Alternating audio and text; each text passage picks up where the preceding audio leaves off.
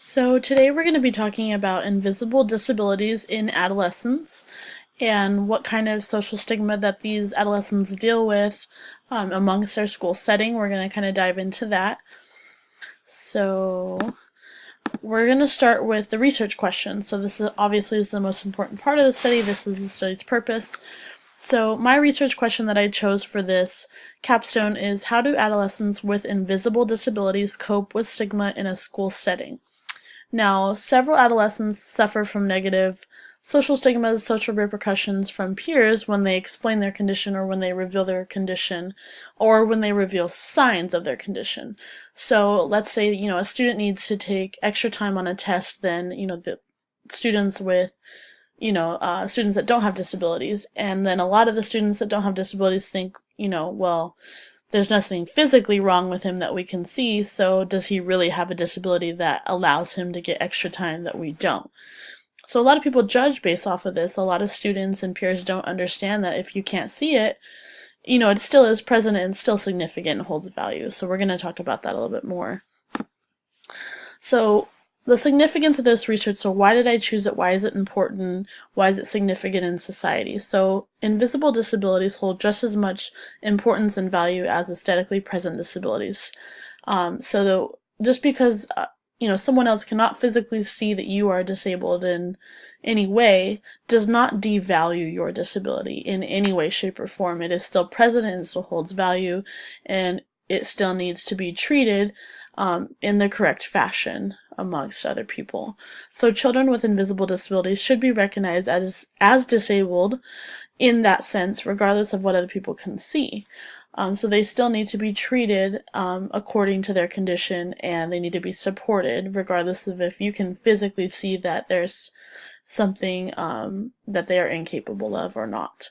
So my purpose and my aim to contribute to this research by the end of the study is to really raise awareness about adolescents with invisible disabilities, and kind of help raise awareness about what these kids deal with on a routinely basis, and how to prevent people around them from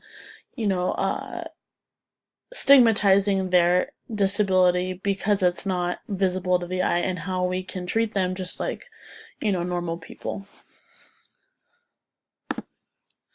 So just a quick review of the literature. I have a total of 5 sources that I contributed, to my research. So I'll just do a quick little summary of each one. So the first one is Invisible Disability by Ann Davis. Davis really discusses the meaning of invisible disability. She really breaks it down by definition, and then she also goes into how people with invisible disabilities reveal their hidden illness or incapabilities to others.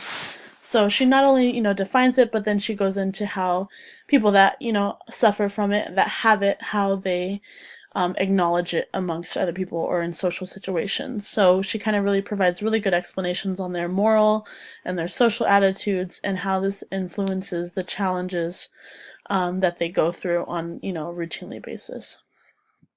Oh, we're going to go back.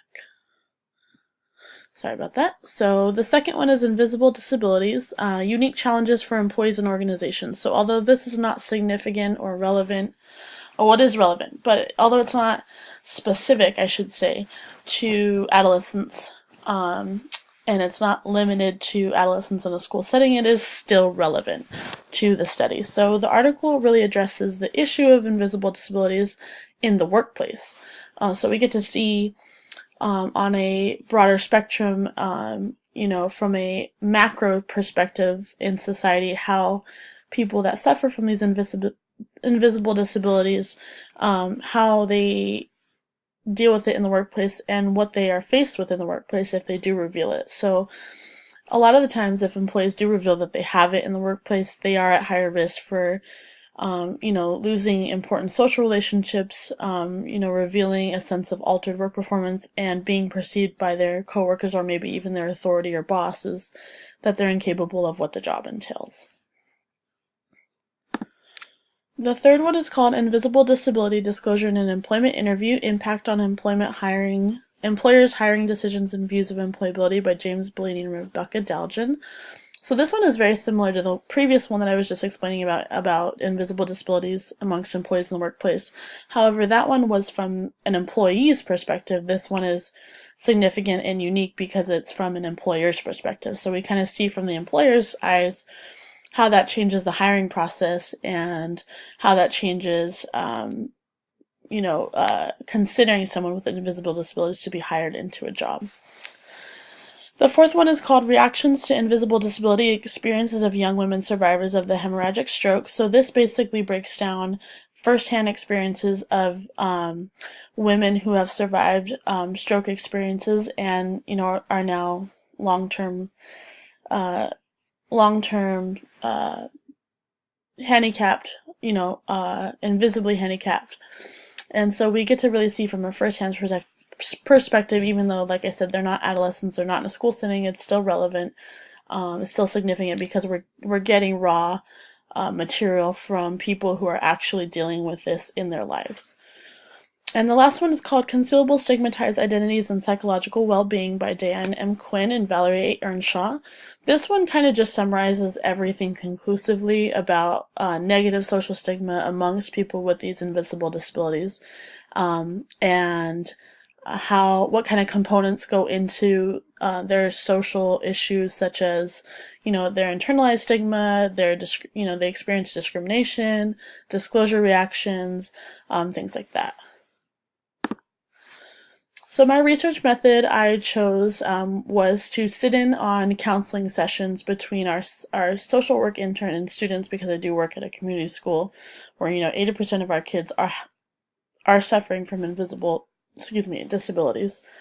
So I sat in on 5 sessions, so 5 community school students, 3 of them with bipolar disorder, 2 of them with schizophrenia, anywhere between the ages of 14 and 17. I just sat in, did some observation, did a lot of note-taking, and the social work intern asked really general, open-ended questions so that we could really get some raw response. So how has your week been going? What are some of your recent struggles in class with other students, etc.?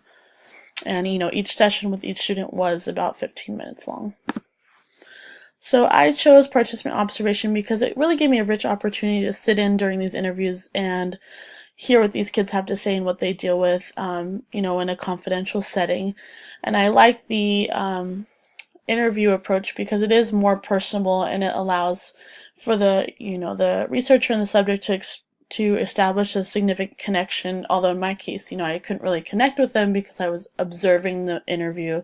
I still got to observe the connection between the social work intern, and the student.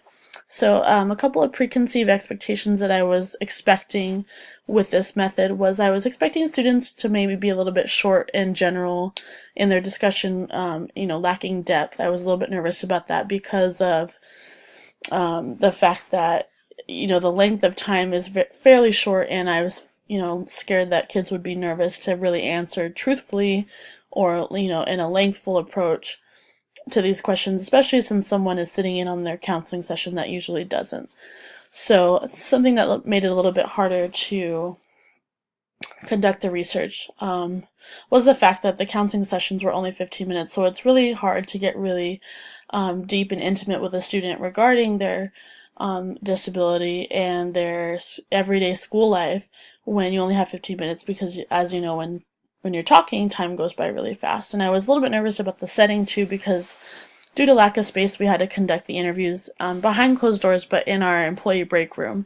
And so I was a little bit nervous that the students would associate that room with adults or authority and not feel as comfortable to open up to the intern, just because of the fact of where they were at. So what I found was really surprising. So students seemed to be very open and honest about their disability, and they weren't afraid to make their peers aware of their condition, which I was fairly shocked because between, the ages of 14 and 17, it's a really hard time for students because they're developing, they're going through changes mentally, physically, and I was really shocked to hear that the students were very confident in their invisible disabilities and didn't have really any issues disclosing that to their peers or their classmates. So, I found that students were very self-assured in the sense that they knew when to remove themselves from difficult social situations that could trigger their disability to heighten. So they're very knowledgeable about their disability and insightful about it, and they know, what pushes their buttons and what kids can say to make them upset or, like I said, trigger their disability so those effects and those symptoms heighten. And what I found was that a lot of students really look to isolation when they deal with the negative stigma. So I found that usually their coping mechanism, just based on the interviews that I sat in on and the raw data that I collected, was that students like to remove themselves from the situation and isolate themselves so that in their eyes it's, they feel safe because they're not around anyone that's going to judge them or not believe that they have a disability. So, students really often deal with the perspective from their peers, and this was expected, that just because they're not visible to the eye that, the student is just dramatic or exaggerating, or that, the disability is non-existent completely. So, like I said, the findings were really shocking and unexpected regarding the student responses, because I was very shocked to see how open these students were and honest they were with the intern. Their peer response, although was a little bit expected and premeditated, I expected their peers to, for them to deal with this kind of stuff they deal with when their peers, just based on that negative social stigma. And I found that the more honest students are about their disability, the more likely their peers are to accept their incapabilities, because